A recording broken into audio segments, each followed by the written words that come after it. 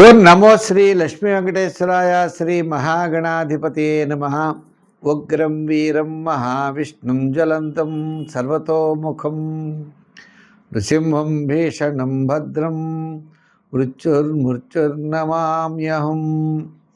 ప్రేక్షకుల నమస్కారాలు తెలియజేస్తూ ఈ వారం రాశి ఫలాలు జూలై 19 నుంచి జూలై 25 వరకు ఉన్నటువంటి గ్రహాల యొక్క పరిస్థితిని అనుసరించి మనం రాశి ఫలాలు తెలుసుకుందాం. అయితే ముందుగా మనకి ఈ 19 నుంచి 25 లోపల ముఖ్యమైనటువంటి పండుగలు చూసినట్లయితే 25వ తారీఖు తొలి ఏకాదశి అవుతోంది. శయన ఏకాదశి అంటారు. ఆ రోజు చాతుర్మాస్య ప్రారంభం. ఆషాఢ శుద్ధ ఏకాదశి లగాయతు. మనకి కార్తీక మాసంలో ఈ వ్రతం పరిపూర్ణమవుతుంది. 4 మాసాలు పూర్తవుతాయి. ఆషాఢం నుంచి భాద్రపదం, భాద్రపదం నుంచి ఆశ్వీజం, ఆశ్వీజం నుంచి కార్తీకం. ఈ 4 మాసాలు అయ్యేటప్పటికీ చాతుర్మాస్య వ్రత దీక్ష అంటారు. ఈ 4 మాసములు విష్ణుమూర్తికి చాలా ప్రీతి అయినటువంటి మాసములట.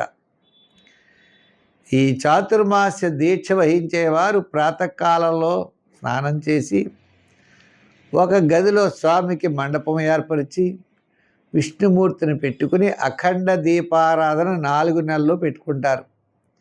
ఉదయం షోడశోపచారాల చేత పూజ చేసి స్వామివారికి నైవేద్యం పెట్టి ఆ ప్రసాదం స్వీకరిస్తూ కిందే పడుకుంటూ బ్రహ్మచర్యాన్ని పాటిస్తూ సాయంకాలం వేళ ఏకభుక్తం ఒకేసారి రోజు ఆహారాన్ని స్వీకరిస్తూ సాయంకాలం వేళ కూడా స్వామివారికి షోడశోపచారాల చేత పూజ చేసి ఒక దీక్ష వహిస్తారు.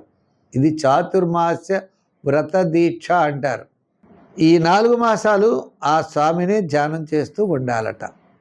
ఇది అయితే ఈ వారం మనకి మీనరాశిలో శని, కుంభరాశిలో రాహువు, వృషభ రాశిలో కుజుడు, రవి, గురులేమో కర్కాటక రాశిలో, మిథున రాశిలో బుధుడు, శుక్రుడు, కేతువు సింహరాశిలో, చంద్రుడు కన్యా, తుల, వృశ్చిక రాశుల్లో ఈ వారం చంద్ర సంచారం ఉంటుంది. సింహరాశి. ఈ సింహరాశి వారికి చంద్రుడు ద్వితీయ, తృతీయ, చతుర్థ స్థానాల్లో సంచారం. ఈ సింహరాశి వారికి గ్రహాలన్నీ కూడా మిశ్రమైనటువంటి ఫలితాలు కనపడతాయి. ఒక్క బుధుడు అక్కడో లాభస్థానంలో ఉన్నాడు. ఏదో క్యాలిక్యులేషన్స్ కరెక్ట్ అయ్యవచ్చేమో కానీ అష్టమ శని, వ్యయ గురుడు, వ్యయంలో రవి, ఇలా కుజుడు కూడా ఇప్పుడు చెప్పాలంటే ఆయన కూడా దశమంలో ఉన్నాడు. ఆయన కూడా పెద్దగా ప్రయోజనం లేదు. ఏదైనా శని, అష్టమ శని, రాహు, సప్తమ రాహు, ఇలా గ్రహముల యొక్క బలం చూస్తే మిశ్రమైనటువంటి ఫలితాలు ఉన్నాయి.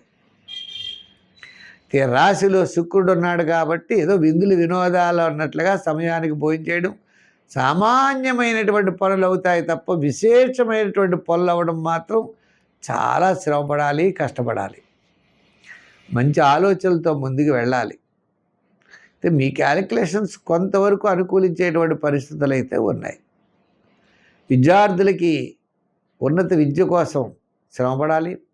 రాజకీయ నాయకులకి అవకాశాలు లేవు.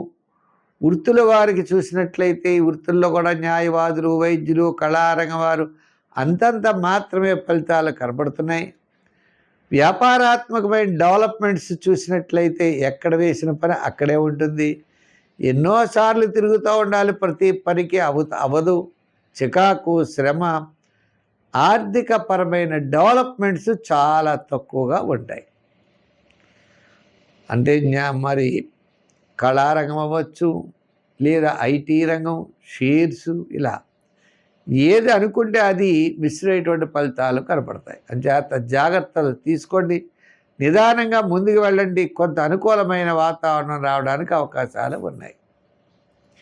అయితే ఈ రాశి వారికి సంఖ్యల్లో 1, రంగుల్లో ఏమో ఎరుపు, ఆరాధనలో అమ్మవారి యొక్క ఆరాధన చేస్తూ అష్టమ శని దోషం కాబట్టి శనికి తైలాభిషేకం చేయండి.